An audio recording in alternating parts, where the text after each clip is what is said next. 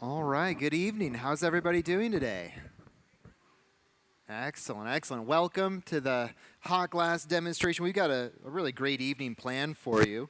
Um, Today, actually this whole week, we've had a guest artist. And tonight our guest artist is Jason Christian, all the way from Seattle, Washington. Yeah, let's give it up for Jason. So along with Jason, we've got the rest of our Hot Glass Show team here. Let me give you some introductions. We've got Jeff Mack, George Kennard, and Helen Tegler. My name's Dane Jack, and we're all going to be helping out a little bit. I'll talk for a while and pass off the mic and jump in with some of the fun, the action here coming off the end of the iron. But it looks like they just did a small little color sample. That's what they were just doing with that bubble over there. So who wants to know what we're going to make today? All right. You know, Jason actually had us help him make one of these earlier today. So we'd kind of do a test run. That way we're not trying things for the first time in front of a large audience. But we're making a glass umbrella. And this is going to be a kind of a full-size glass umbrella. So the way that we do this, we're actually going to do it in components. So the first thing that we're going to do is we're going to create the handle. And that's what this here is starting off as. So Helen's just collected a little glass. You know, we've got two furnaces on this stage. The one in the center of the stage is all clear glass. That furnace holds about 1,000 pounds. We keep it running all the time, too, at 2,100 degrees Fahrenheit. You know, the color of the glass looks orange, but that's just the heat that you're seeing. The glass that we're working with right now is from a smaller furnace over here that we melt color in. Now, if you want to create colored glass, it's done by adding heavy metals during the melting process. So if you want to make, let's say, a dark blue, you'd add cobalt oxide. Greens can be made with iron or chromium. A lot of times when you're making a color, it's a mixture of a number of different metal oxides to create a certain hue that you're looking for. So this here is a really nice kind of light green. I'm not sure if I have a sample of that over here. But of course, you won't see that right now. It's just a little too hot.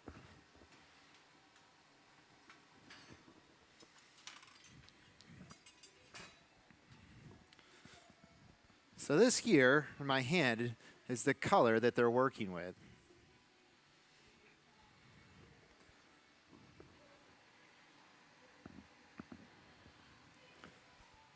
Anytime you're making something large, you have to do this process of collecting glass and letting that little bit of material cool down so it's stable, so you can support more glass. And every time we collect glass, we call it gathering. So we're taking our, I think this is second or maybe third gather of glass off the end of the iron. Now, just a little question. Who here has never seen live glass making? Is there anybody that's new to glass making? All right. A couple of us out there. Excellent. So you're going to see us use a number of different tools while we're up here. And one of the tools that we use, Helen's actually using this wooden scoop to shape the glass. Now, it might sound like a really bad idea to shape a 2,000 degree material with wood, but what makes this tool work so well is the fact that that tool is soaking in water all the time. There's a little barrier of steam created that the glass is actually riding on top of. So as long as we keep the tool wet, you know, the glass never really touches the wood. So Amanda, are we live streaming now?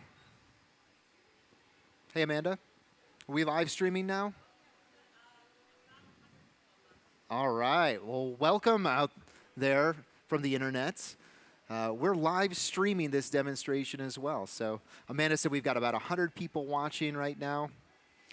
You know, something that we do quite often here at the museum is social media is huge. So we do a lot of live streamed events. And any of these events, once we've live streamed them, we'll usually edit them and then put them on YouTube. So we've got a giant YouTube channel. If you really love to watch glass, but maybe you can't make it here to the museum all the time, you can always check out our social media. We've got hundreds of full-length videos from a lot of guest artists.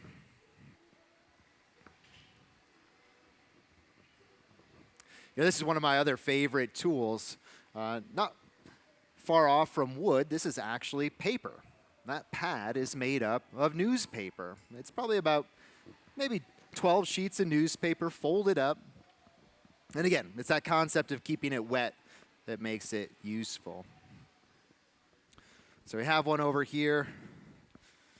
This one here, if you're close enough, you might even see a little bit of the print on that. So this one has not been burned in yet. You actually want to burn these in just a little bit. This little layer of carbon here, it's nice. It helps the glass not stick so much to the paper. All right, so Jason's going for yet another gather. Looks like we might make this one even a little bit bigger than the one that we made earlier today.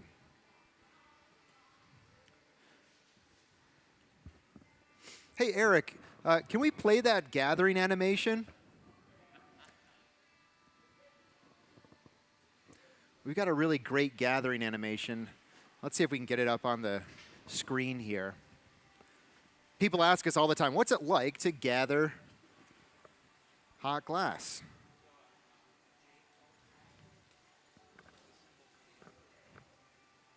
Here we go. So if you look up to the screen, you can see this animation that we created. You know, the glass sits inside what we call a crucible. It's like a big hemispheric flower pot. And we simply kind of plunge the glass down below the level inside the tank. You know, the glass in our furnace, it's got a consistency really similar to room temperature table honey. So if you've ever collected honey from a jar, it's a bit like that. You just add a few thousand degrees on your fingertips.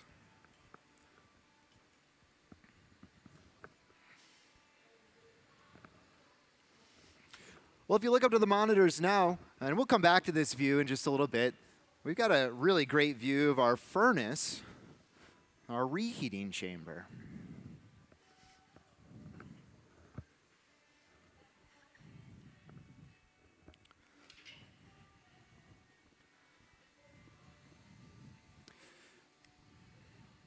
You know, what we're going to do is, now that we have the material we need, we're going to stretch this to become a really long kind of rod of glass.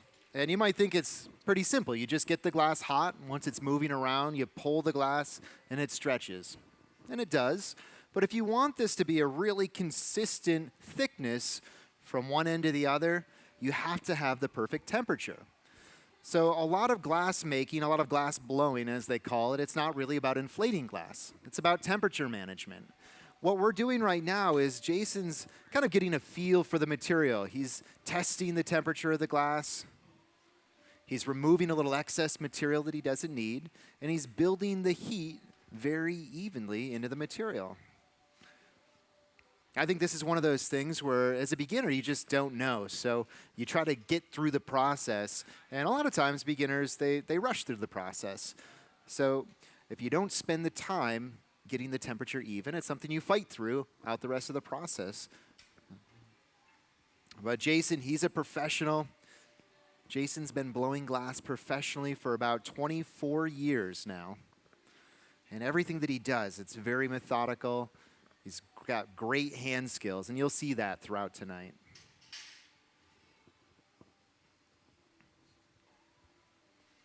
So, you know, if you've never been to one of our demonstrations, we like to keep this really informal. If you have questions, please feel free to ask. The best way is just get my attention. Raise your hand. And you have a question from... how long has Jason been glass blowing? Jason's been blowing glass for about 24 years now. Yep. Did I hear a question out there? Yeah. How? He's making an umbrella, a glass umbrella. A Bumpershoot.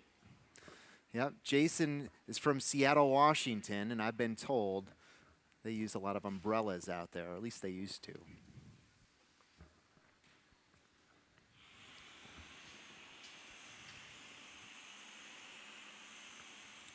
So, a lot of the ways that we control the temperature of the glass is sometimes we'll use our furnace to heat the glass. We've got torches back here at the bench. We even can use air. Compressed air will help cool the glass down. So, you know, those are just a few of the ways that we can control the temperature, manipulate the temperature of the glass. But, you know, anytime we touch the glass with a tool, the tool stealing the heat from the material. And we have to think about that every time we're shaping the glass or rolling the glass across the table. All right, so this is going to be pretty great. Jason's got the heat just right. You're going to start to see him stretch the material now.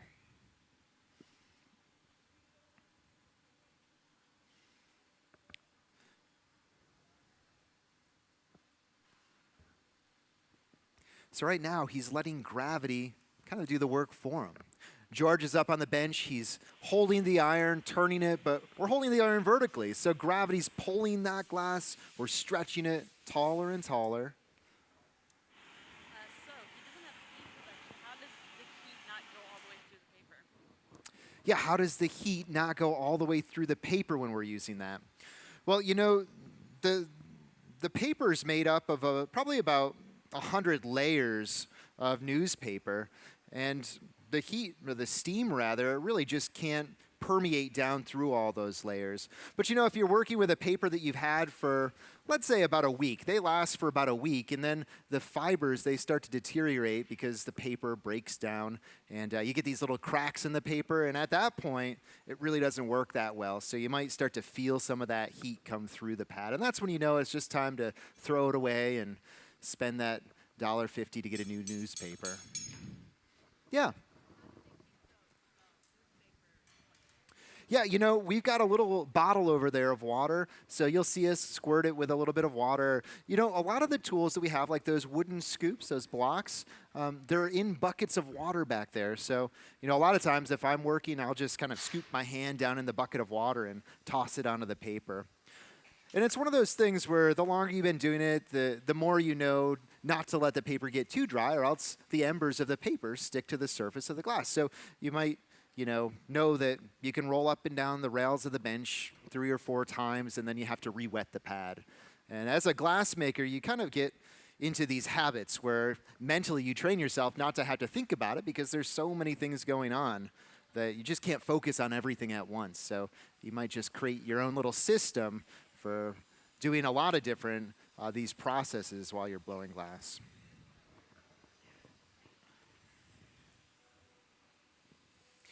So the very end, where he was pulling the glass, that's kind of a little sharp and jagged right now, but he's going to clean that up. So you see him heating. They're going to cut it and make it nice and round on the bottom. Hello.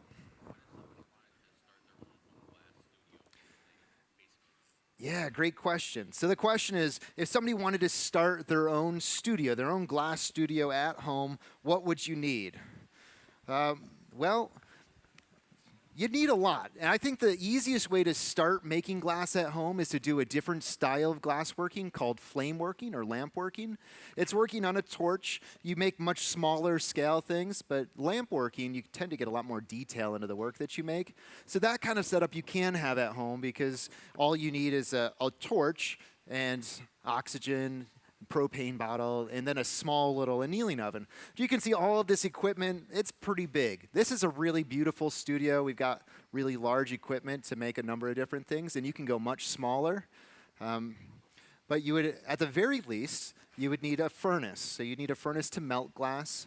You'd need an annealing oven because everything we make, we have to slowly cool. You'd have to have a bench. You'd have to have a reheating chamber, and typically we need a little, we call it a pipe warmer. It heats up the very tips of the iron so that we can gather glass off the end of them. So a lot of people, if they're professional glass artists even, instead of having their own studio at home, they rent time at a facility. We've actually got a studio that's connected to the campus here. It's just across the parking lot, and you can rent time by the hour to make your own work. So that's what a lot of us do, and I think that's a great way for many people because you don't have a furnace running all the time at home. So if you want to take a day off, you don't have to worry about that furnace running. And I know a lot of people, when they have their furnace on at home, they're working 7 days a week. They don't ever get to take a day off because, you know, you're keeping that gas bill going all the time. Are you thinking about becoming a glass blower? Yeah. Yeah, we teach classes here as well. You know, you can sign up for a weekend workshop or more intensive week or 2 week long workshops. It's a really fun hobby, and of course, I think it's a great profession as well. I really love working with this material. Oh, look at here. You might be able to see how they're building up some heat kind of about 4 or 5 inches back from the end of this rod. They're going to create that kind of little loop in the bottom of the handle for this next. Now, Jason's got a set of paddles that he's going to use to start to manipulate or push the glass around. These paddles, they're made out of cork, and they're great because they're really clean on the glass. They don't leave a residue on the glass.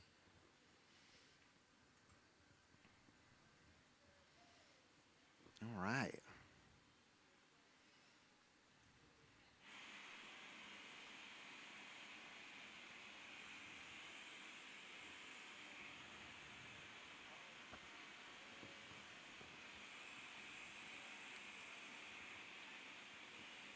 All right, so anybody that's just joining, thanks for coming and tuning in with us tonight. We've got Jason Christian here. He's our guest artist, and we are going to be making a glass umbrella. So just as far as scale goes, this is going to be the handle of the umbrella. We still have to make the actual dome of the umbrella, so it's going to be quite a bit bigger.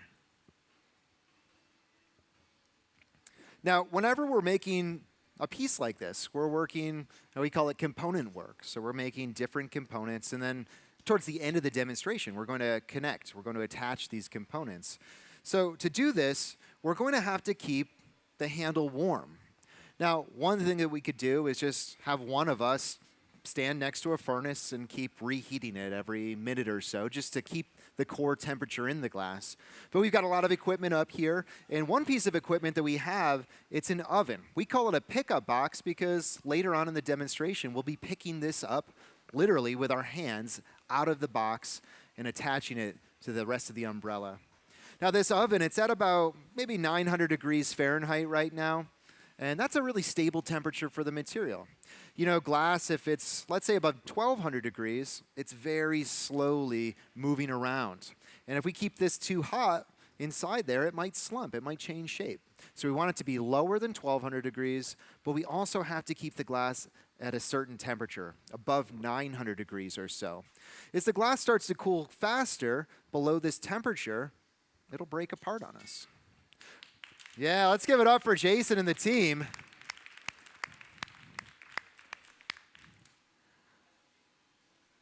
All right, so this is phase 1 complete. Now we're going to do some really fun color application this evening. Is anybody familiar with cane working? Has anybody ever heard of cane working before? All right, I see a couple hands out there. Cane working is taking a color pattern, and it's done by, or making a color pattern. It's done by taking a little bit of colored glass and stretching it. So this is actually colored glass encased in clear, and then we stretch it kind of like a rope, clear across the stage here. Once it's solidified, we can cut it up into sections that are about the size of pencils. Now, if you could imagine all of these canes being pushed together and then heated, they would fuse into kind of like a little sheet of glass. Well, we're going to do that. However, we're going to roll that sheet of glass up onto the outside of a bubble. So this is going to give us a really neat lined pattern on the surface of the material. Now, we're not going to do that just once, but Jason's got 2 different cane patterns, cane roll-ups planned for us. So we're going to kind of have overlapping cane patterns. It makes a really beautiful kind of look for us tonight.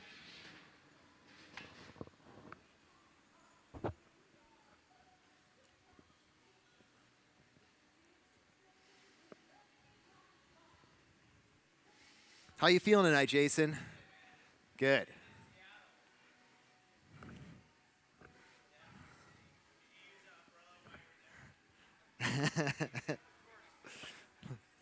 Jason actually told me something today that I had no idea, and that's that if you live in Seattle, you don't use an umbrella anymore.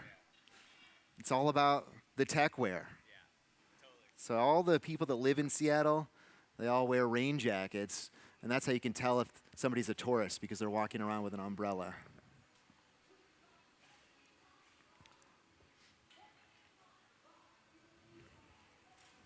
How are we doing with questions from online, Amanda? Wondering about the mold that's on stage. Yeah, we've got this really neat kind of dome mold that you might see on the stage here.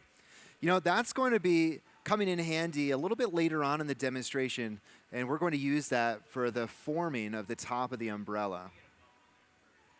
Jason told me that's actually a metal kind of big walk almost, and he said that's been sitting out in his backyard for a while now. So that's why it's a little rusty, but it all works just as well. So on the top of that dome, it's just cut up wet newspaper that we've laid on it. So we're going to start making some blown work now, and Jeff's gathered up a little bit of glass. This is clear glass, it just looks orange because it's hot right now. And we're going to start an air bubble inside there. Now, because it's clear glass, you'll actually get to see that air bubble form inside the glass. Before we can start the air bubble, we've got to have just the right shape. Symmetry is really important when you're working with anything hollow, but it also has to be the right temperature. So a quick little puff of air in the end of the iron. Now, there's no valve in the iron, so what Jeff did was he capped the end of the iron with his thumb. He's trapped the pressure inside, and there we go. Did everybody see that bubble form inside there?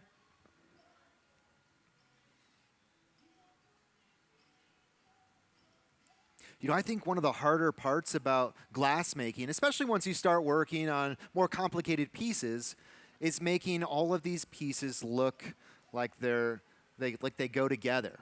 Having the right proportions is just a challenge. Now, we've all seen the handle being made, so earlier, I think that they were using a little yardstick, measuring the handle out. And Jason does this just to make sure that he can visualize what the two components are going to look like together.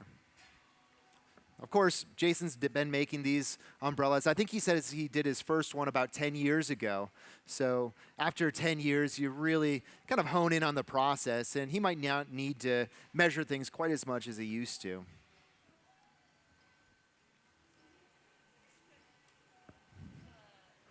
Richard says, "Hey Dane, congrats on the baby." Tell Lucas thank you. Someone's like, so what's the name of Jason's studio? What's the name of Jason's studio? Hey, Jason. We've got a question from the internet. What's the name of your studio? Doesn't have a name right now. It's 7721. Studio 7721. That's his address. He's open to suggestions. Or maybe not. So George is over here. You can see he's got this iron. It looks a little weird. It kind of looks like a fork. We actually call this a Pastorelli fork. And this is a tool that's used to pick up and heat a plate that has those canes on it.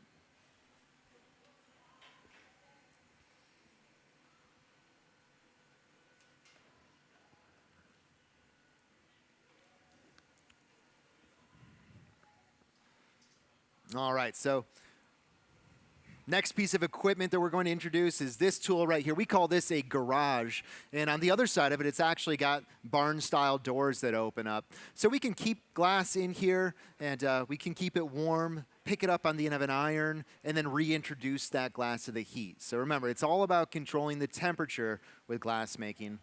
And we've preheated that plate full of canes. George just picked it up. He's starting to heat it in the furnace. Something about heating up these canes is you don't want to get the canes too hot. If you heat the glass up too much, the glass is just going to fuse right onto that plate that they're sitting on. Now, it might break free eventually, but it also leaves a lot of dust on the surface of the glass. So heating it just the right amount, that's really important. So you'll see them take a lot of short heats to very slowly build the heat into the core without getting the surface of the canes too hot. This is one way to stop the canes from sticking to that plate.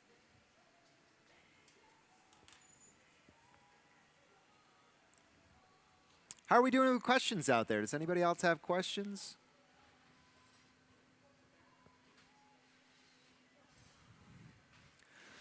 All right, so when we're doing this, we call it a cane roll-up. You can imagine we've got this sheet of canes, and we're going to roll it up on the outside of a bubble. Well, if we want that cane pattern to go all the way around the bubble and meet perfectly on the opposite side, we need to have a very precise measurement. We've got a set of tools that we can use to measure the glass that converts the circumference of that bubble into a length. So they call them pi dividers.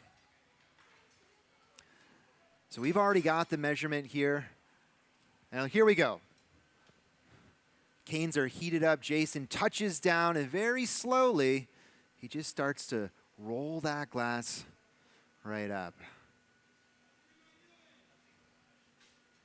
What do you think?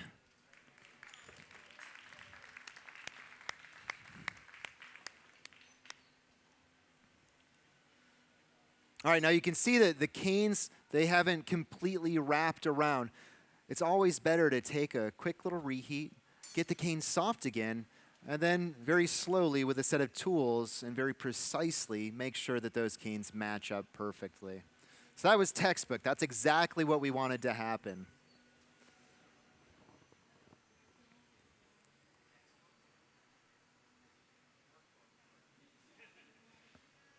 Hey, Jason, are we doing the same style pattern? We'll twist this first set of canes. Excellent.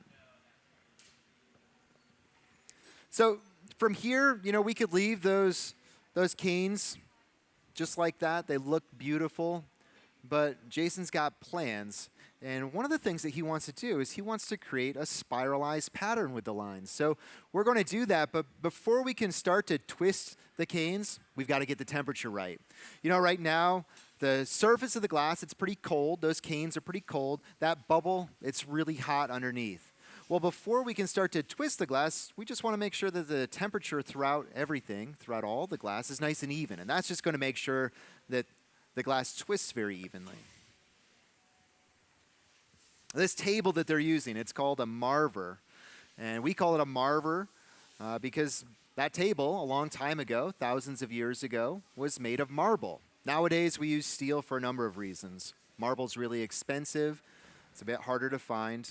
And also, if we're working with a really large piece of glass like this, the heat of a large piece of glass will crack the marble. So a steel table is what we use these days.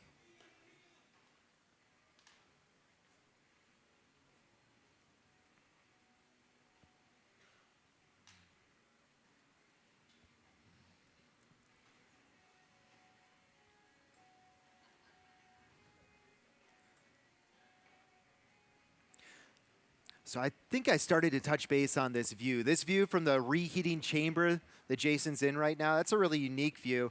I've only ever seen it in CMOG or CMOG-related kind of satellite studios. It's just a regular camera, actually. What makes the view possible, though, it's a special window that camera's looking through. So there's a real small little lens or window that is made of a type of glass called fused silica. Now, fused silica is a glass that was invented in Corning back in the early 1930s. But one of the great properties of fused silica is its extremely high melting temperature. It doesn't melt until over 3,000 degrees Fahrenheit. It's actually the same type of glass they use on space shuttle windows. But this little window, it's really pure as well. So they use it for the core of fiber optic cables now.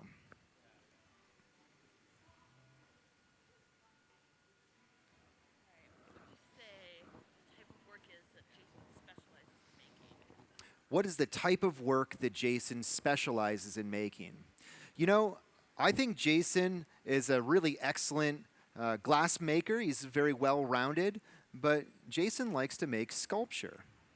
So, there's a lot of people that specialize in production glass making, and they might make a lot of bowls and vases and drinking ware. Jason, he likes to make a lot of kind of sculptural work. Earlier, let's say yesterday, we spent all day making a beautiful dragon. So I know that's something that Jason does quite a bit. Today, we've made these umbrellas, and I think tomorrow we've even got something else in store. And I'm not exactly sure what that is.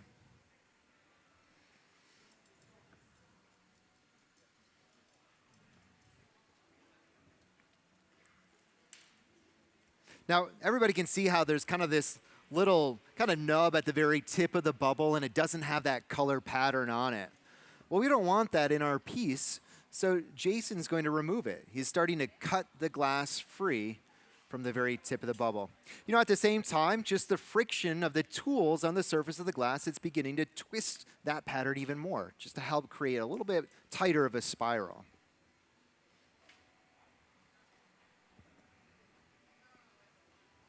So Jeff, are we starting to line up the next cane roll up? Is that what's happening next? Okay, yep.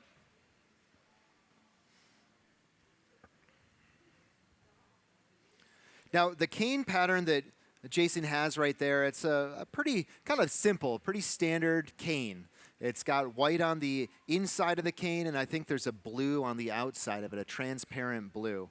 Well, the pattern of cane that we're going to work with next for the outside layer, it's a really intricate pattern. I've heard it called a number of different things. A lot of people that do Italian-style glassworking, they call it Zinfirico cane.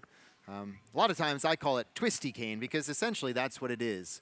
These are canes that are made by kind of doing the same setup that Jason has right there, but then it's just pulled and stretched into that long rope. We're going to use some of those sections to create a nice pattern on the surface of the material.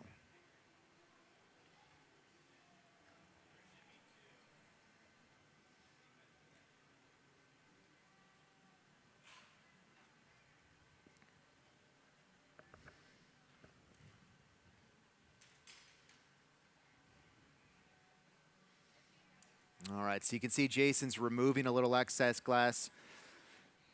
I think something that really is kind of separates a decent piece of glass from a really nice piece of glass is the termination of all of those canes, all of those lines as they come together.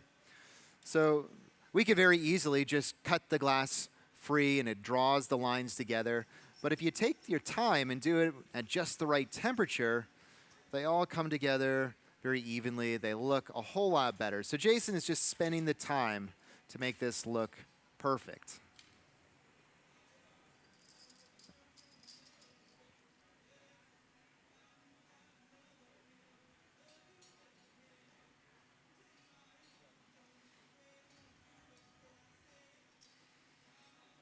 There we go. We got a really good view up there on the screen. You can start to see that twisted pattern.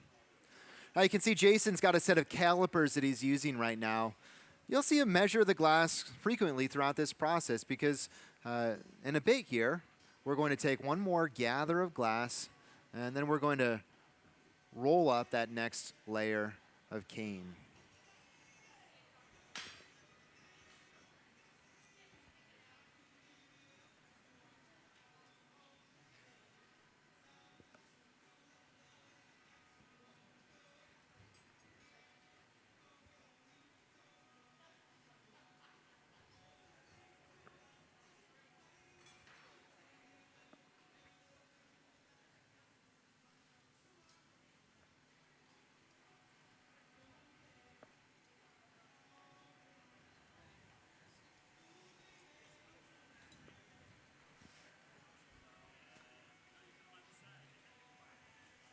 All right, it looks like we've got all those canes lined up for our next roll-up.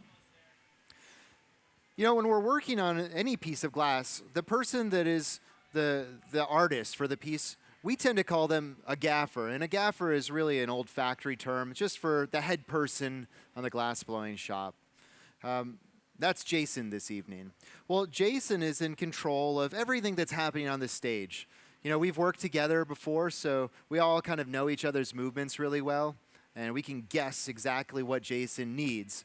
But he's really in control of the timing. It's like a conductor for an orchestra. Because temperature and timing go hand in hand as we add pieces or components together, the timing has to be just perfect. So we're always looking for cues from Jason. But you know, it's kind of like a football team or any sports team that practices together all the time. You know, the more you practice together, the more fluid your movements become, and the less you're actually verbally talking to each other. You know, Jason might give just a head nod or just a glance, and that's all we need to know that it's time for that next step in the process.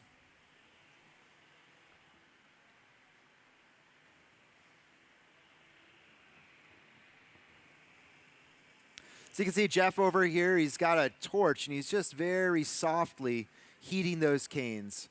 And really we're doing this just to make sure that the canes are at the right temperature, because it's a really big jump going from just out here on this hot plate to a 2,300 degree furnace. If we don't let the canes warm up on that hot plate enough, there's a good chance that they could break. They could actually pop apart as we start to reheat them.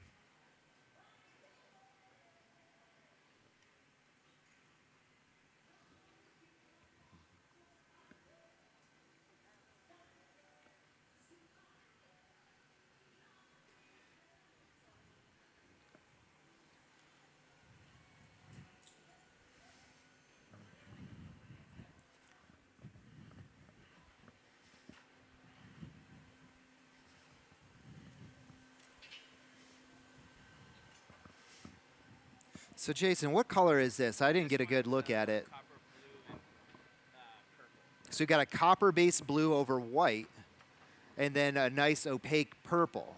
And how about the other canes that they're heating up right now? Those ones are turquoise and white.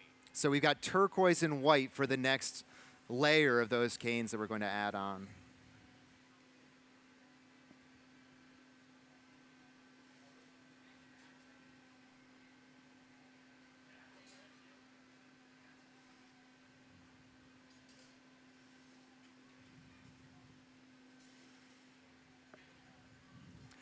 When you're heating inside a furnace, the heat, it's not even all the way throughout the furnace. The heat's always trying to escape from the doors. So that's kind of the coldest part, is closest towards the front of the furnace. Now, you see that they just flipped that plate 180 degrees. They're going to take another heat now. This is just going to help to even out the temperature, because we've got that inconsistency of heat in our furnace.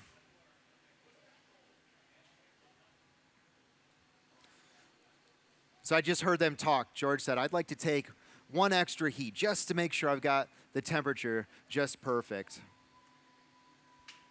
Now in a second here, Jason's going to collect one more gather of glass. And it's really good to have this fresh, we call it furnace heat, on the surface of the material when we roll up those canes. It just ensures that they stick really well.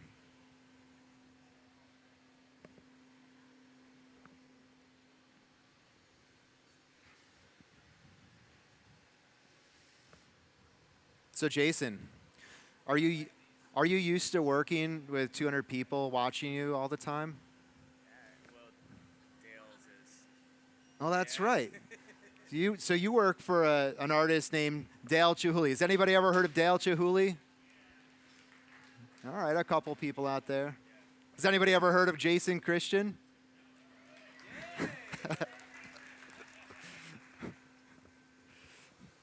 Well, if you don't know who Dale Chihuly is an artist based in Seattle, and he actually is a glass artist, but he no longer makes glass himself. He hires a team of glass workers, and Jason is one of the lead gaffers that helps to create this work for Dale Chihuly.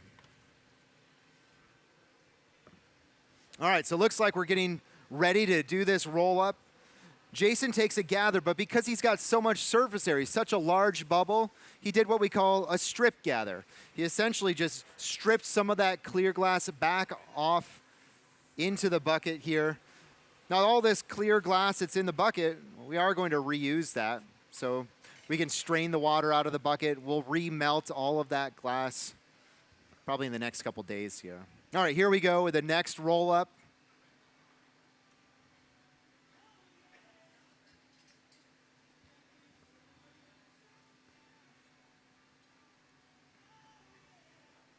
Nice work. Let's give it up for Jason.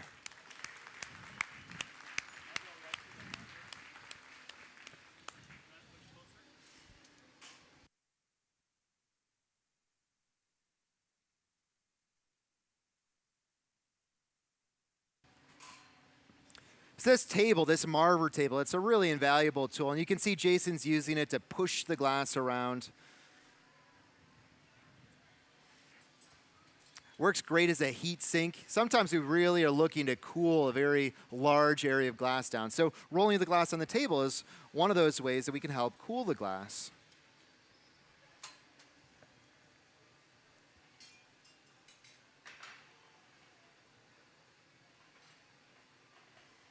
All right, nice work.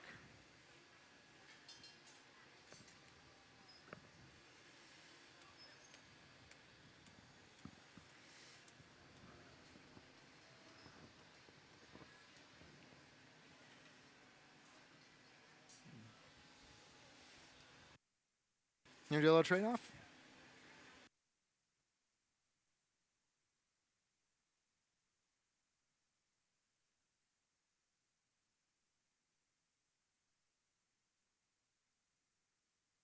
Is it gonna weigh when it's done? Ooh, the weight question. How much is it going to weigh when this piece is finished?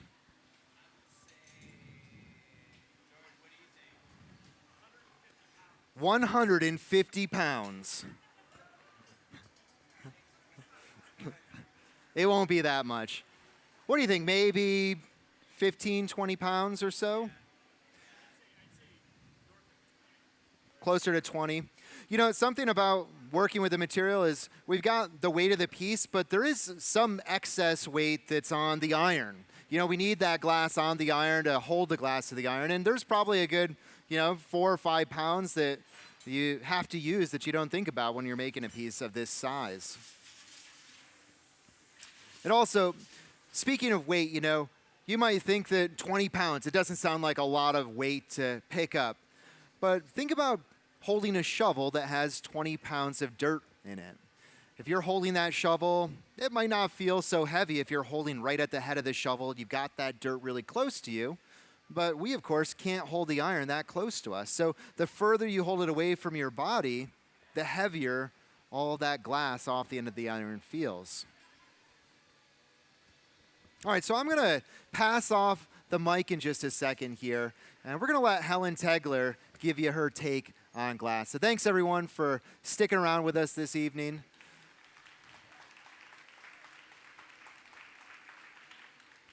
This piece is about to get real exciting pretty quick here.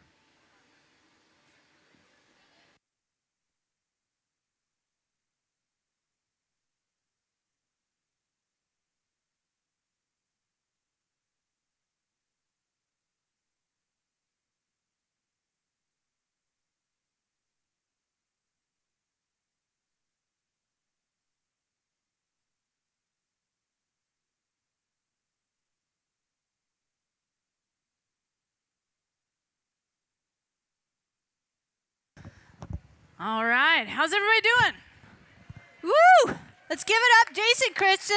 Really honored to have him here. He's been with us for a couple days. He'll be with us for a couple days more. So if you are local, I highly suggest that you come and visit. He'll be with us through Sunday. So lots of fun things in store here at the Corning Museum of Glass. And a big shout out to all the folks watching on the internet.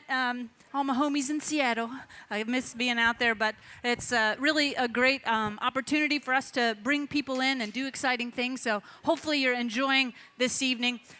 Just because I don't think we introduced the entire team after we got started earlier, there's a lot of new people that have joined us. I just want to give a shout out to the rest of our team too. We got, of course, Jason Christian, and then Jeff Mack here on the assist, George Kennard, Dane Jack, and my name's Helen. So if you got any questions, I saw a few hands going up already, and I'm happy to answer some questions, but I'm also kind of excited.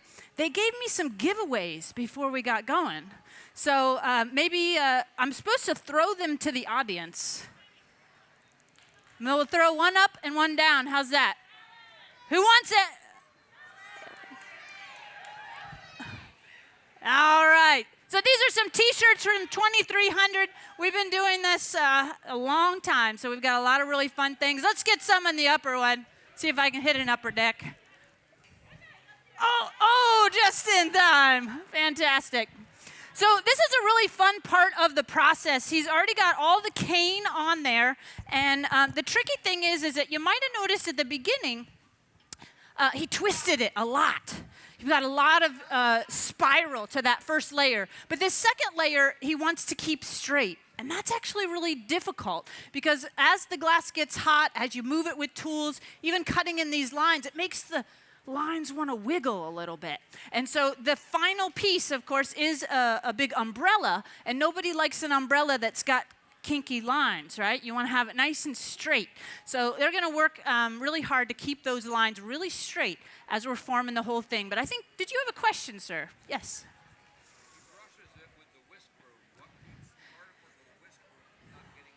Yeah, so you use the whisk broom to brush off dirt, right? But how does the broom not end up leaving more dirt? Because it's burning. Well, a lot of times the carbon, you're working so quickly, you're brushing it so quickly, you don't end up really pushing it into the surface. So with that little bit of carbon that burns onto the broom, it just brushes off itself. Really what we're trying to get off is the dust that's on the kiln shelves. The kiln shelves are ceramic, and then you paint them with a ceramic to make them non-stick to the ceramic. I know it doesn't really make sense, but that's kind of how it works. And so you end up having a little bit of dust, but they actually did a really wonderful job on that heat. There was hardly anything stuck to it, so that also shows the professionalism that you're seeing here tonight. A lot of great experience with the team. Any other questions I can answer while we're heating up stuff? Yes, sir. Nice and loud. What keeps the pipe from getting too hot to hold? Well, one thing is you'll notice that he's not putting the entire pipe in the heat. It's just the end of that pipe that's getting into the heat. Now, there is a lot of radiant heat that can travel up that pipe, but luckily we're working with stainless steel pipes. And stainless steel will dissipate its heat a lot more than, say, a copper pipe. If it was a copper pipe, yes, that heat would travel right up and you'd have to cool it more often. But for ergonomics, you want to hold the glass as close as possible to the glass, right? Just to make it not feel so heavy. I heard Dane talking about the weight of the material, and if you get it really far away from you, it feels really heavy if you bring it really close. So one thing is glass workers just get used to grabbing hot things. So you just learn where not to get it to where it'll burn you, but you might be able to put up with that little bit of heat. And if it does get too hot, you might have already seen him use the pipe cooler a few times. So they'll periodically go through, cool that pipe down, making it a little bit safer and easier to hold. But as a beginner, you grab the pipe in the wrong place. You learn the hard way, and then eventually you kind of stop doing it after a while. Yeah. Some tough lessons to be learned as a glass worker. Great question, though. Any other questions? Got a little one up there?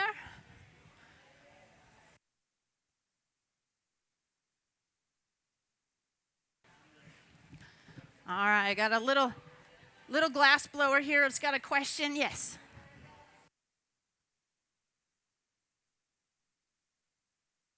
All right, so I've got a curiosity about what the weight of the glass is. Now, this right now is probably only about 10 pounds, but we've got a big, did you see the handle that we made at the very beginning?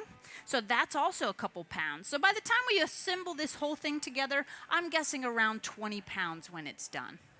But we don't know exactly. We'll have to weigh it when it comes out of the oven eventually. Now, we will have these things in the oven cooling down over the next couple days, so maybe Sunday you'll be able to come back and see a few of these items as they come out. But as we are all over social networking, we will have some pictures posted as well on the CMOG website. So definitely keep an eye on the CMOG website, on our Facebook page, Instagram, everything. We got it all covered, all the options. Yeah, so this one will definitely be well documented, all the pieces, not only from tonight, but also some of the other fun things that he's been making. As they mentioned earlier, he made a beautiful red dragon the first day he was here, and that's still coming down in the oven, but that should be out in the next couple days as well.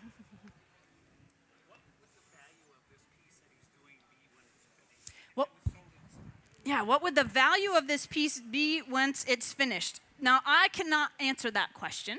I don't know the answer to that question. I don't know if he wants to admit it here tonight. Let's ask him. Jason, do you have a monetary value on this piece, or will it depend on where you end up with it?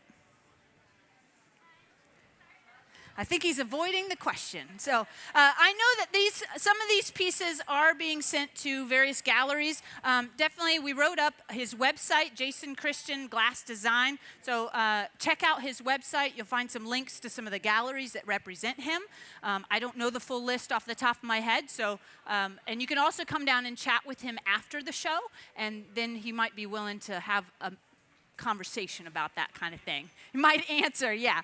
But generally here at the museum, we don't talk about the price of glass just because what we're doing here is priceless. It's really a demonstration. Now, he will be taking this work home with him, and he will be putting it into shows and doing things. But a lot of times, the things that we make here at the museum are just for the benefit of watching it be made. So that's the really wonderful benefit of seeing all the demonstrations that we have here, is because we're not trying to sell you the things that we're making here. Now, we got plenty of things for sale. So if you want some glass, don't worry. There are plenty of objects available. But yeah, generally we don't sell a lot of the stuff but that's made here on the stages. Yes?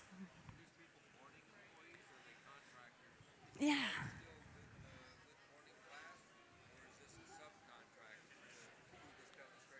Okay, so the demonstration tonight, is this a CMOG thing? Is this the contractor?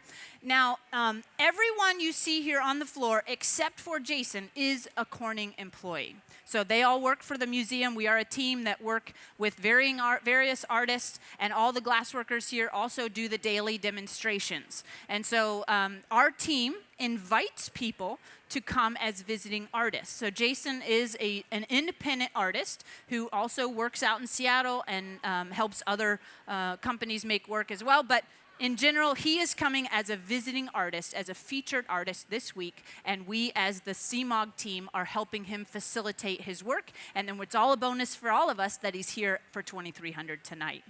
But yes, every 2300 we bring in a guest artist to do the demonstration for that evening. So you can see they've done a great job so far. All those lines are perfectly straight. He's cleaned up the tip of that bubble, and now they'll start to blow out the bubble that will turn into the top of that umbrella.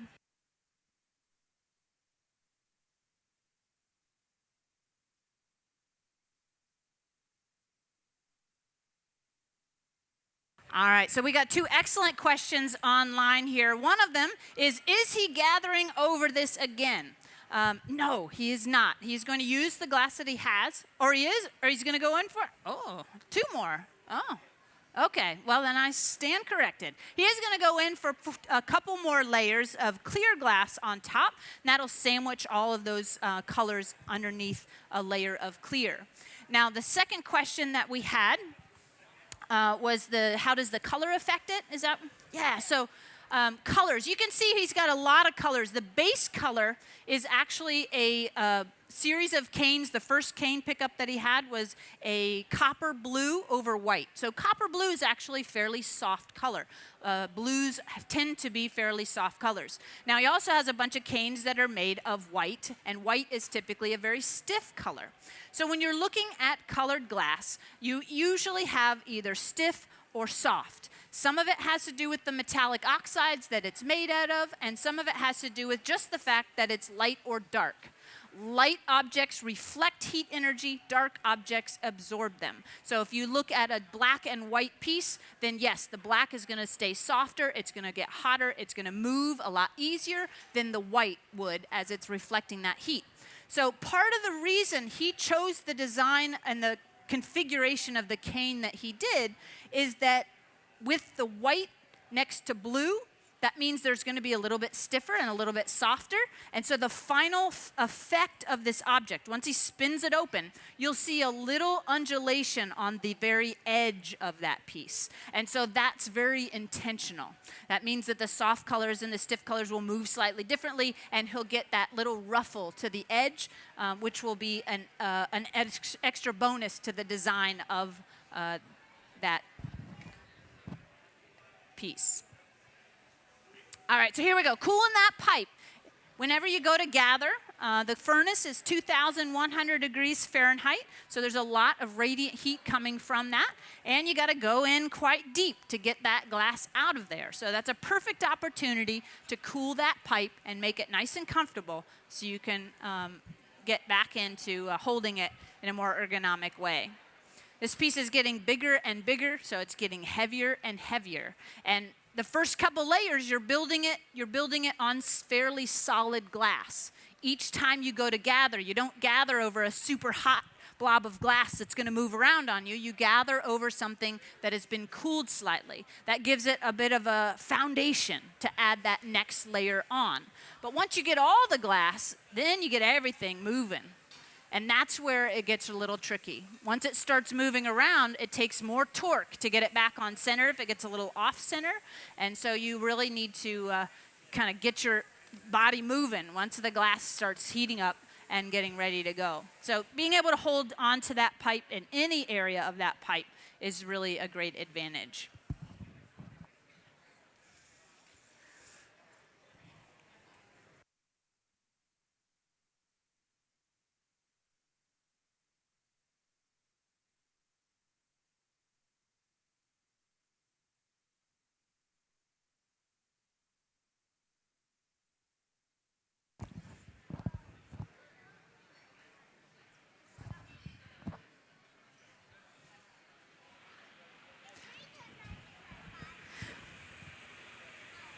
So things are getting really heated up here in the hot shop. We're using those torches to spot heat specific areas. That really helps to make sure that it's moving where you want it to.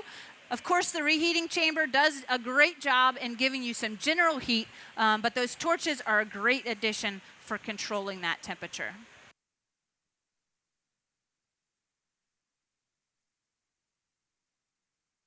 So we just got a question, what are the colors for the finished product?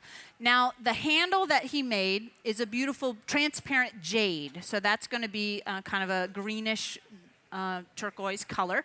The vessel itself had 2 layers of cane. The first canes were a copper blue, transparent over white. And so those little lines, once they're spiraled as tight as he went, will give an overall kind of light blue turquoise on the underside. And then the canes that he used for the outside layer were white straight canes and then kind of a cage cane made from a light blue color. And so it's mostly blues, tinges of greens with that white addition. Yeah, it's going to be beautiful. I can't wait to see it. Yes?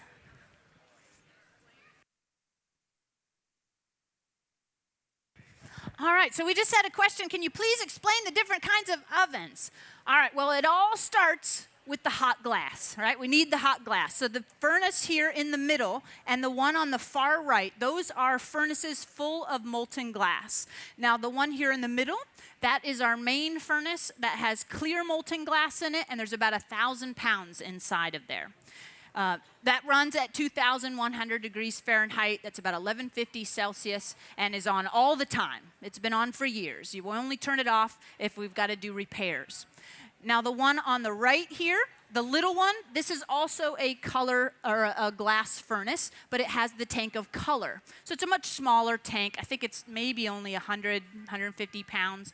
And that's a color that we actually mixed here in-house. And so metallic oxides added into the raw materials. We use recycled glass as the base, but we use copper and iron, I believe, were used in this particular formula. Lewis Olson is one of our full-time techs, and he's our glass melter and chemistry guy. So we melted that especially for Jason. He's going to be making a dragon, some other components from that later on this week. So then we need to reheat the glass. After it's on an iron, we need to keep it hot and keep it moving. And so we use the secondary furnaces. Now we have 3. If you've been here with us before, you know we usually use the one here in the middle. But because of the scale of the work that Jason is doing, we let him use the big hole tonight. So that one's actually really, really pretty big. We don't end up lighting that up very often, but it's absolutely necessary for this. So we've got a little one over here, a medium size, and the big one. So those are only on when we need them. So we turn them on in the morning, give it a couple hours, and then it's ready for the day's production. And then when we're finished, we turn them off at night. Now, the other ovens that are up here, the only one left would be where we keep the pipes. So that pipe warmer, above it is a small box that will also hold color bar. So if we want to use chunks of color that's not the liquid furnaces, then we need to pick those up. We need to warm them up. So there's a little box on top, and then only hot things will stick to hot things. So we've got a pipe warmer to make all the tips of those pipes hot. So if you have hot metal, glass will stick. If you have slightly colder metal, like our metal tools, the glass won't stick. Now, once you've made a piece, well, actually, we've used one other piece of equipment. There's a little oven over there on the far end, that little box. That is a babysitter, a glass babysitter. We put the component, the handle, into that box, and it will stay safe, warm, and happy until we're ready to bring it back out. So the rest of the ovens that you see banking the stage here, these are all annealing ovens. Now, once you've made an object, you need to let it cool. And if you just leave it out here, it would just cool down too quickly. And thick and thin parts would shrink slightly and compress on each other and then end up cracking. So we need to put everything that we make into an annealing oven, allowing it to cool down really slowly based on its thickness. So he's got some really complicated big pieces, so we give him a couple days to cool down. Yeah. So that's the basic of the equipment there. Then we've got our marver and a lot of surfaces to work on, the tool benches. But every shop will most likely have a furnace, a reheating chamber, a bench, and a marver. And of course, that annealing oven. All right, so it looks like we're really making progress on this umbrella top here. You can see really starting to inflate the bubble, get it nice and wide. This is essentially going to be a low bowl, which is a tricky form to make, and you really have to have it set up just right to get the arch that you need for that low bowl. So when we're working on the blowpipe, we're concentrating right now on mostly the bottom half of that form, and then we'll transfer it over onto a punny and then open it up to create that other lower form. You can see they're doing an excellent job keeping all those canes nice and straight. That is a very tricky thing to do, especially cutting in the constriction at the very top of this. Now, how many folks here have broken glass before? Hopefully nobody here in the museum, unless you were part of the glass breaking demonstration. But I think most of you have seen broken glass. You know what crazy and unusual shapes glass breaks into, right? Now we need to remove this bubble from the pipe eventually. And if we were to just try to break it like regular glass, it would just shatter, right? Give you big, jagged, irregular shapes. Glass does not like to break clean. It has a very non-crystalline structure, no organized grids that allow the glass to break properly. And so we need to tell the glass where to break, and putting a weakness like that jack line at the very top is an excellent way of telling the glass exactly where you want it to break. So he's just squeezing that in to make sure it's got a clean break.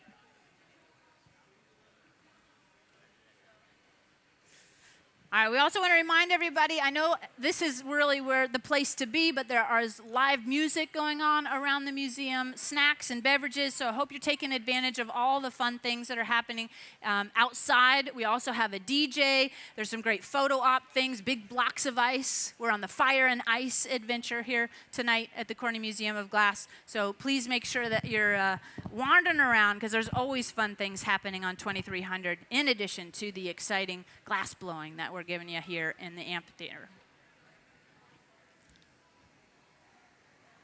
All right, looks like Jeff has started to gather up what will be our punty.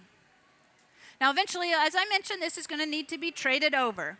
So he's just giving it a little bit of centrifugal force, good heat, and backsetting that bubble.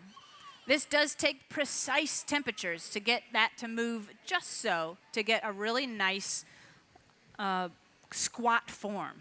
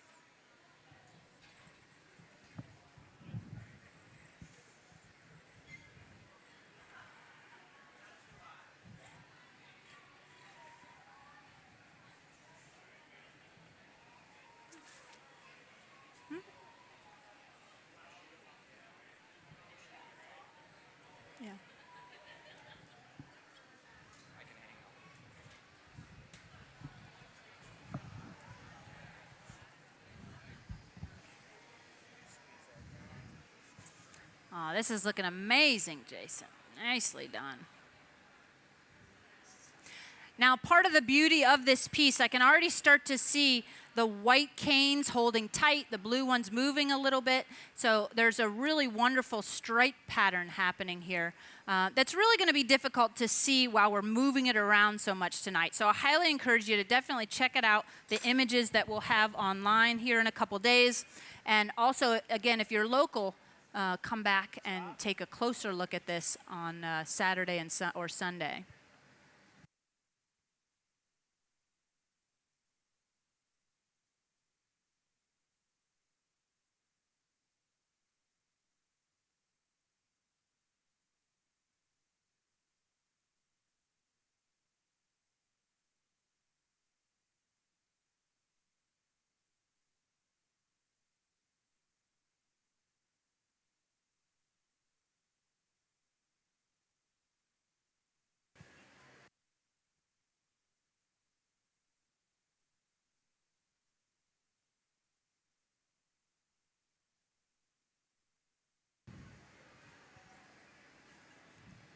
Yeah, there we're getting some really great video work on that beautiful pattern.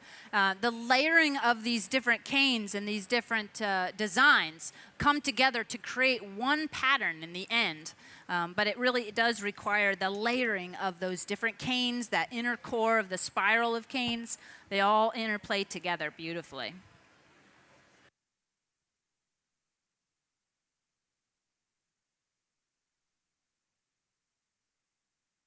Now at this point, we're sort of in a holding pattern. Jeff Mack here is working on the punty, the transfer iron. This is where we break the piece away from that original blowpipe and redeposit it onto that punny rod. Now to make a punny, you need to have it just the right temperature. We actually did a double layer on this, so a cold core for all you glass nerds out there want to know all the details. So this one's actually got 2 layers, and that creates a little bit more stability with a nice hot surface. What do you say, Jeff? A little heat on that?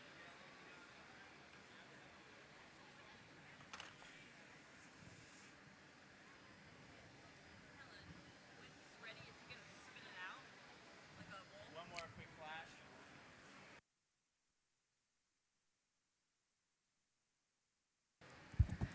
So we got those online curiosities that just can't wait to see the end of it. They want to know, are you going to spin it out? Well, yes, there is going to be a point where this will move very quickly and spin, and centrifugal force will help shape. But you might have also noticed we have a very giant metal dome here on the stage. And that's actually going to be a form that he spins over top of to just assure that the vessel has the right curve to it.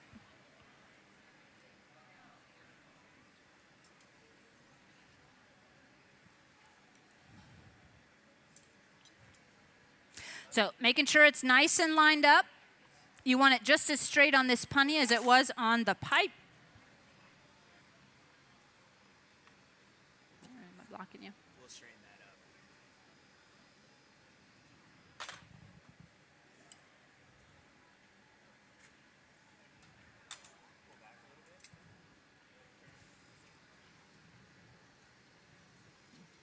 Trying not to block you, but.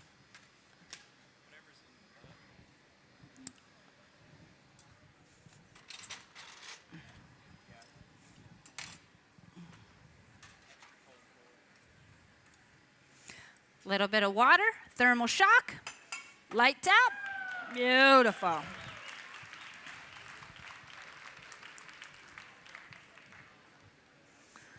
All right, so now we've got it traded around. It's got a hole on the other side. We can start to open this form up to that final shape.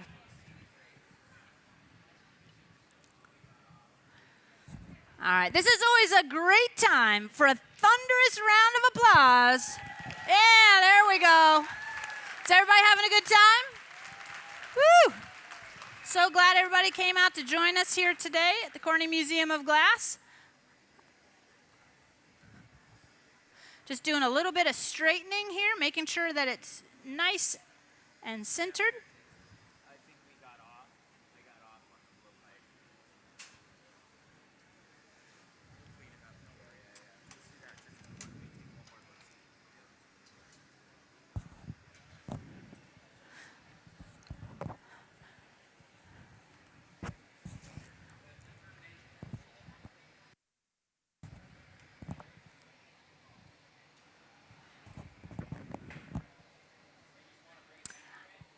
I really love it. Once this has been transferred over, you can see through it so much more. There's so much more light coming through it in that design that you really get a great view of that pattern.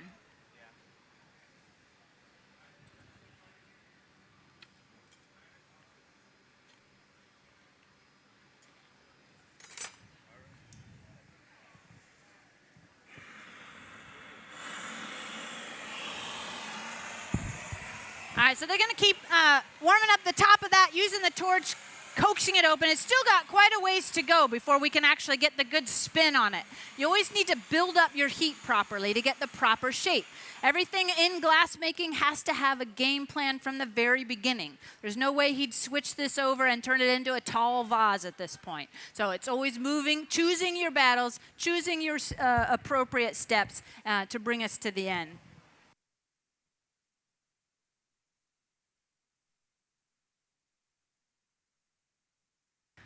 All right, looks like in addition to this super big crowd we have here tonight, we also have about 250 viewers online. So thanks so much for joining us here. I know there's a huge contingent from Seattle watching here tonight, all of Jason's friends back home. So it's really great to have everybody turning out to help support Jason Christian. Now, I do believe they're going to start pulling on the neck of this piece slightly.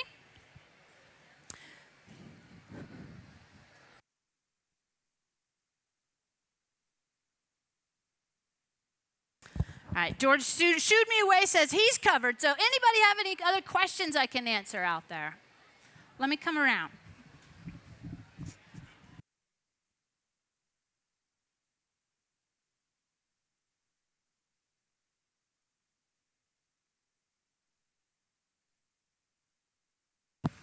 All right, so curious folks up here in the front row asked, how do you get the image on the inside?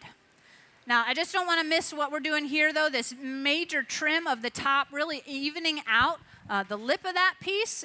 Beautiful job. Trimming is very tricky. You might notice there was a lot of draping of materials and coverage. If you put your fingers really close to the opening of that piece, it's almost 1,800 to 2,000 degrees when it comes out of the furnace, so that's a lot of radiant heat. So help and protect each other from that heat as you go to trim and just working quickly.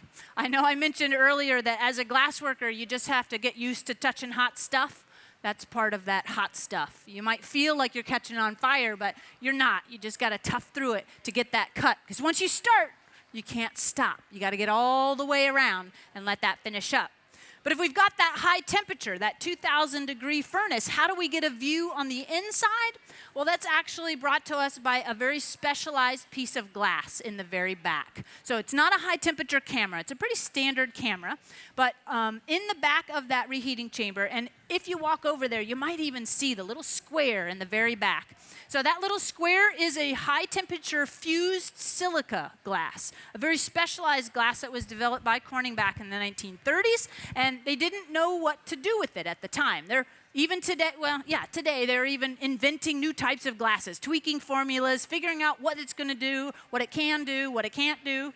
And they discovered this type of high temperature glass back in the 30s and didn't really start to use it until we entered the space program. So the windshields of this, some of the original spacecrafts were using that fused silica. We also use fused silica for fiber optics, so a lot of great options there. But that particular little window helps protect the camera behind it, well out of the heat behind that furnace. Corning's one of the only places you're going to see that unique inside view, so it really is a lot of fun to have all angles covered. And actually, we have an amazing AV department. Let's give them a big round of applause for all this great imagery you're seeing here tonight. They get right in there into the action. And we've got a lot of cameras set up and stuff, so a really unique opportunity to see close up. Sometimes I feel like we can see better in the cameras than we can just standing right in front of it, because it blows it up so big. So it's really great to have all that option here at the Corning Museum of Glass.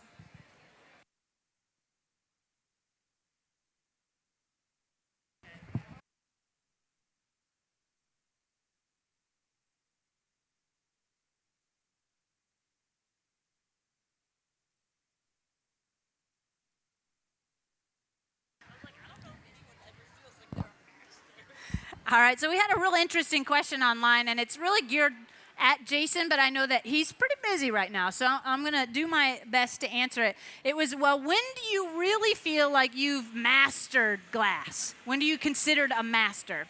Now, traditionally in factories, you would build up through the ranks and eventually be handed some sort of bestowed upon you. You are the master of that class or whatever, that factory. But that kind of thing doesn't really exist anymore. So you're really building up your experience either through community access studios like we have here at Corning, or you're going to go to university, or you're just going to start working with that material in someone's shop.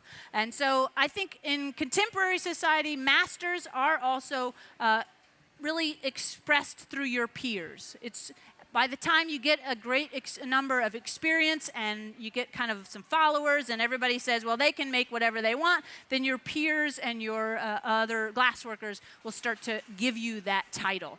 Now, there are, of course, some very significant masters that have gone through those traditional venues, like Lino Tagliapietro, of course, started in factories, building his way up, and has really shared a lot of information with a lot of contemporary glassworkers, and a lot of what we do follows that. But yeah, the master question is a tricky one. It's a tricky one. It's, I think it's a lifelong learning process as well. Are we going for it? All right, so this is going to be the spin out. We've got a beautiful metal form here to get the arch.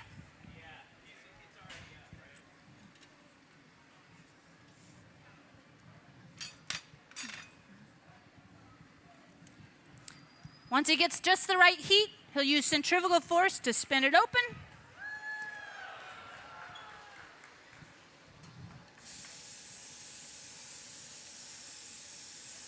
Using corks on the outside, the metal has been covered with some damp newspaper. Yeah, what'd you think of that? Amazing.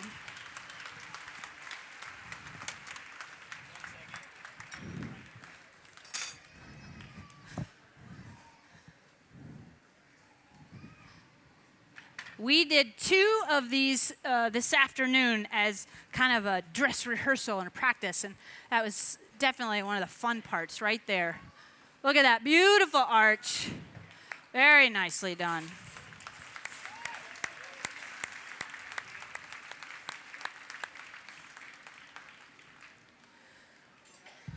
All right, and you can even see, going back to our earlier conversation about the thickness of glass, or the colors of glass, how they move differently. You can see the very lip of this piece has a beautifully delicate, ruffled edge to it. And that's, yeah. And that's where all of that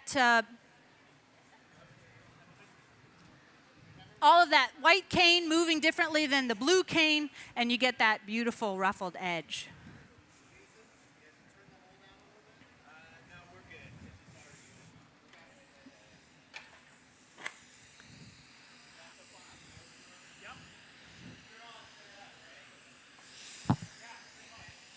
All right, so we're going to start to attach that handle to it. So we're all going to be working together here.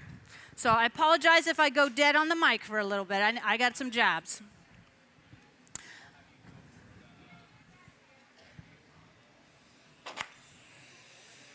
So to attach this handle, we need to spot heat the very center of this piece.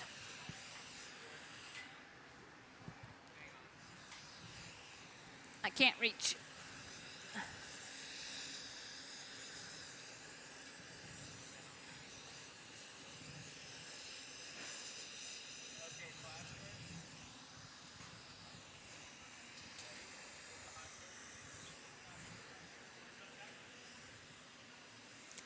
Now, Jason had made this handle prior. It's not really hot yet. So this is our glass babysitter that's just keeping everything, that handle nice and warm. Jeff, can you help him with that?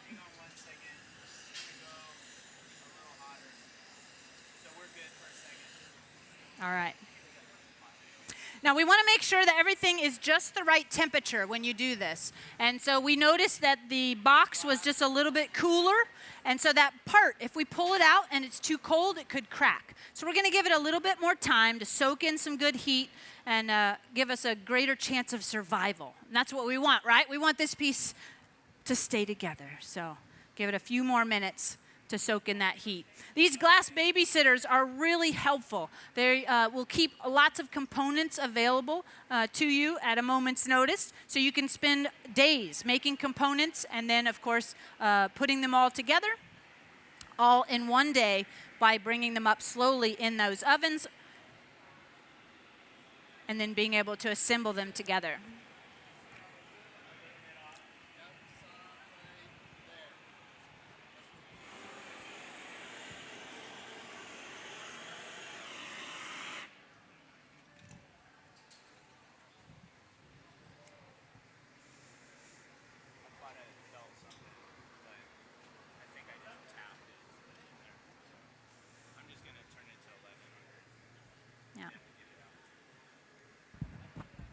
Now, while we're waiting on that oven to warm up that handle, we do also need to maintain a minimal temperature in our umbrella top. If any one part of this gets too cold, then that's when you get trouble. So we're going to continue to flash and heat. You want a torch on that pony? Good.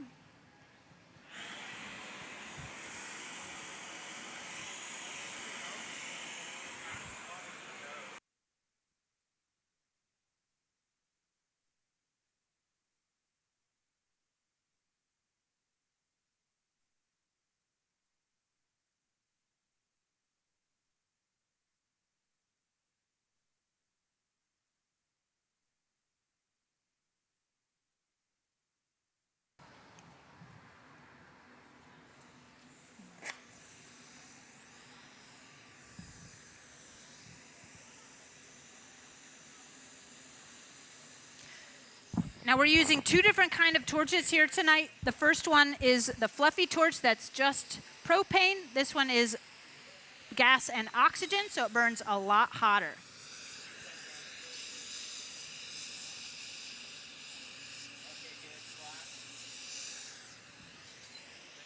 Yep.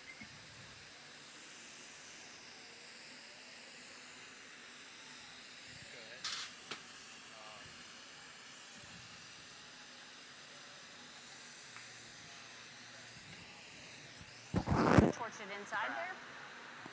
So maybe I just turn 1100 is all we got, right? Do you want to torch it inside there or something? I think I want to let it soak. The handle's cracked.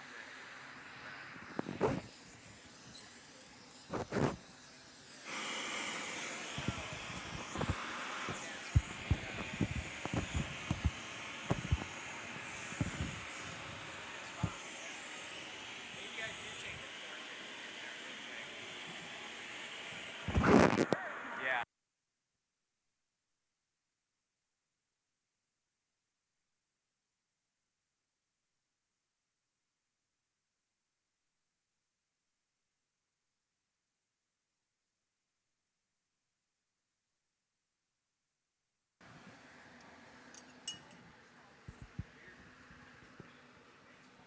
The hot torch or the flip top?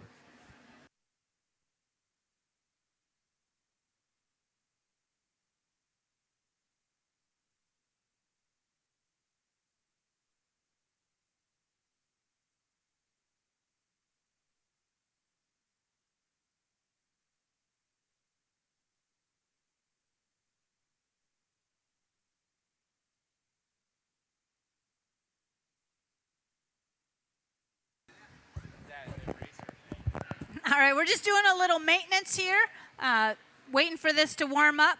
We got one little part that had a tiny crack, so we want to repair that before we assemble this together. And so again, that hot torch is a really great tool. It can spot heat very specific areas, and it's very, very hot with the addition of that oxygen. And so it burns very clean and efficiently, and we can get some really spot detailed results with that. Now, traditionally, that is a torch that would be used in flame working. So shout out to all those flame workers out there that given us this technology. It's really great stuff.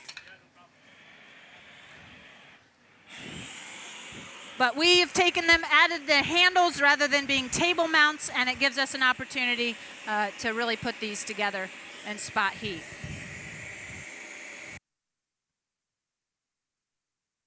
Up when I go to get it. 'Cause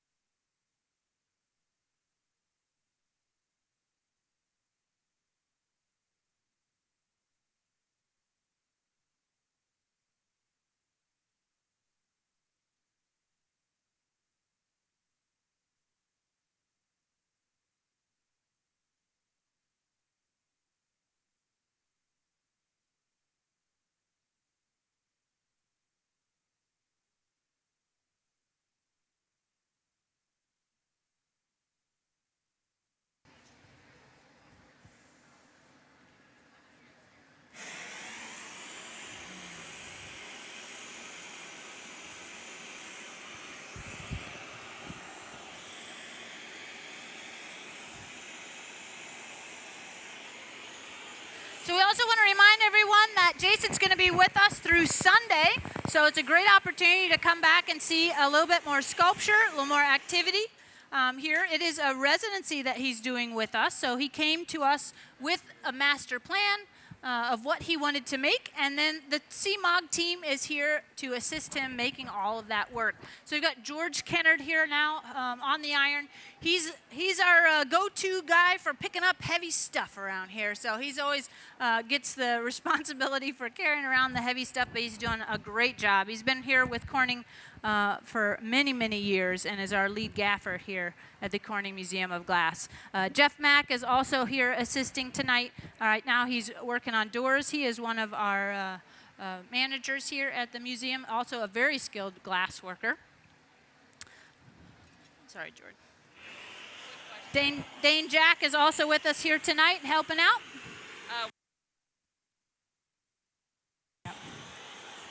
All right, we got a techie question here online. What's the COE of this glass? We are using System 96 nuggets here tonight. So I think we're one of the only people left with this. We've got a little stockpile that we've been working through. But this is System 96 glass. And did you see your canes were some of the Duro cane, I believe? So using a little bit of Duro color here tonight, which is a bit stiffer as a material.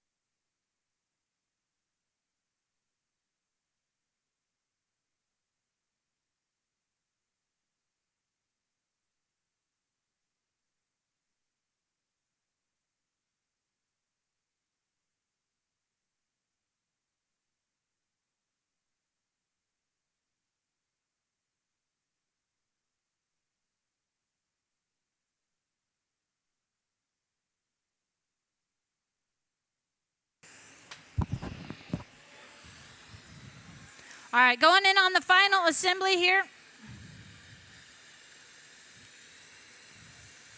George?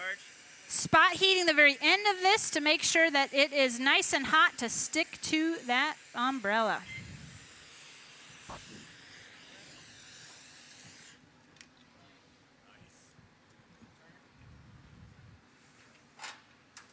Okay. George? Flash. You're all right, George.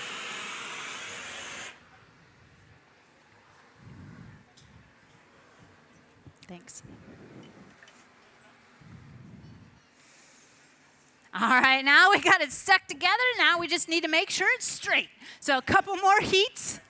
That connection joint, it had to be done really hot. You need to get the glass touching very warmly to get that to stick. But that also means that it's a pivot point. Yeah, you can give it up for him, for sure. Now that pivot point is still really hot. That means it's got a lot of flexibility. So we just need to let that balance out.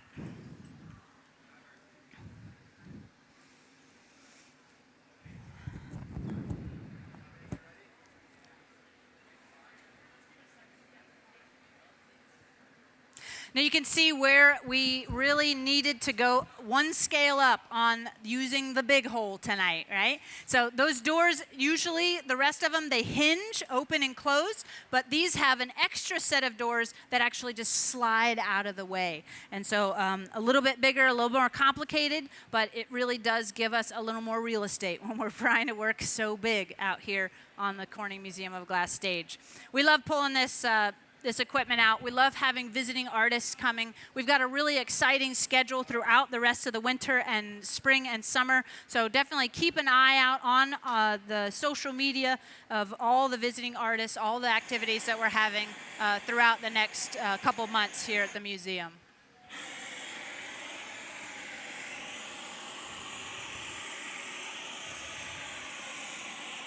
Way off.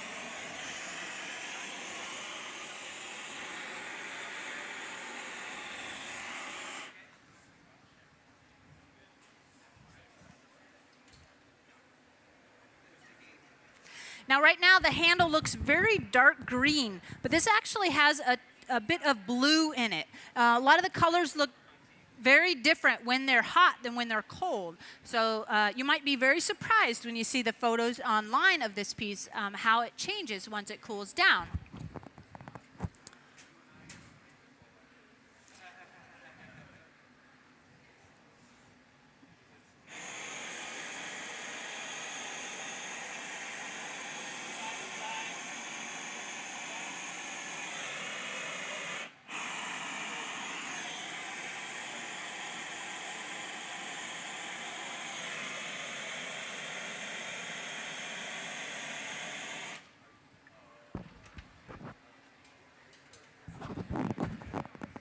I always find this the most stressful part of the piece. You're just balancing out those temperatures, going back and forth, doing those final reheats, getting everything just perfect and ready to load away.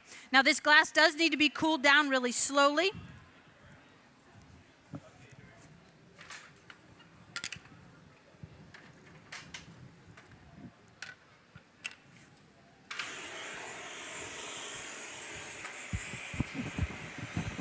This particular glass, this soda lime glass that we're using, it has an expansion and contraction rate. That's what that COE was all involved about. That's how much it expands and contracts when it heats and it cools. So we need to let it cool down really slowly so that as it shrinks, any thickness differences don't shrink apart from each other and cause cracks.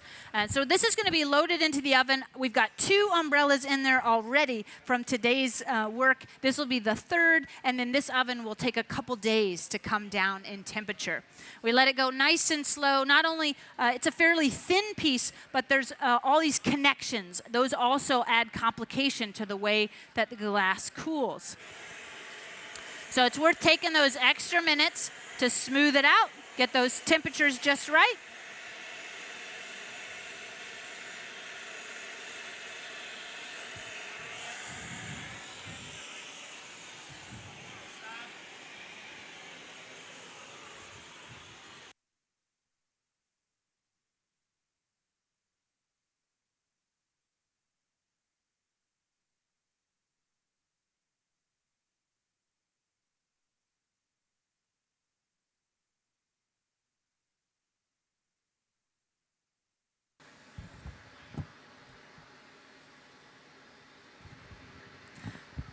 So I'm going to step in here and help with the door so Dane can get dressed up in all his fancy gear.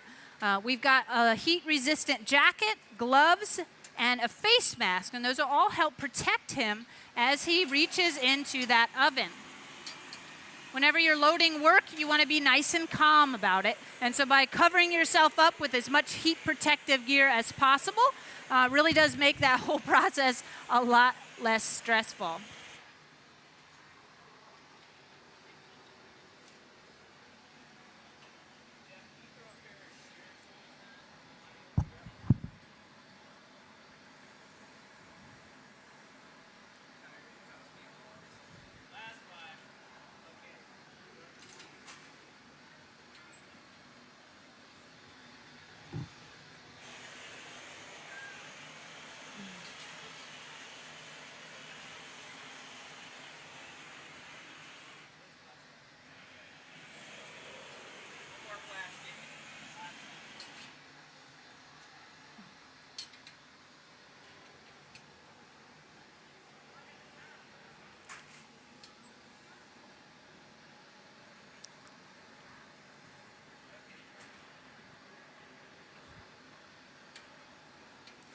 All right, I believe this is our last flash. Got everything balanced out.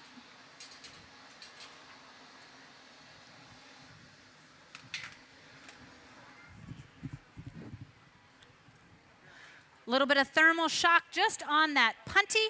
Jeff's even going to grab it with a bit of shears. A light tap's all it took. Yes.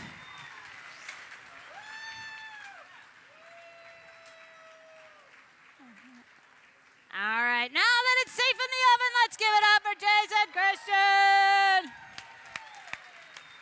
Beautiful. Nice job. Nice job. Fantastic. The CMOG team, let's give it up. AV, everybody, the crowd, how's everybody doing? Fantastic. Well, we got 2 more T-shirts here to throw out, but I'd like to thank everybody for coming out tonight. Jason will be down here and available. You want to throw one out? Yeah, you guys get to throw them? Yeah. Who wants a T-shirt? Ooh, that was a good throw, Jason. You got to do another one here. One more. Up into the cheap seats. Oh, but thank you so much, everyone, for coming here tonight. We hope you enjoy the rest of the night. We got a little more time for the band and all the activities here. Get your photo ops outside. If you got any questions, come on down and chat with us. But thank you so much for coming in to the Corning Museum of Glass.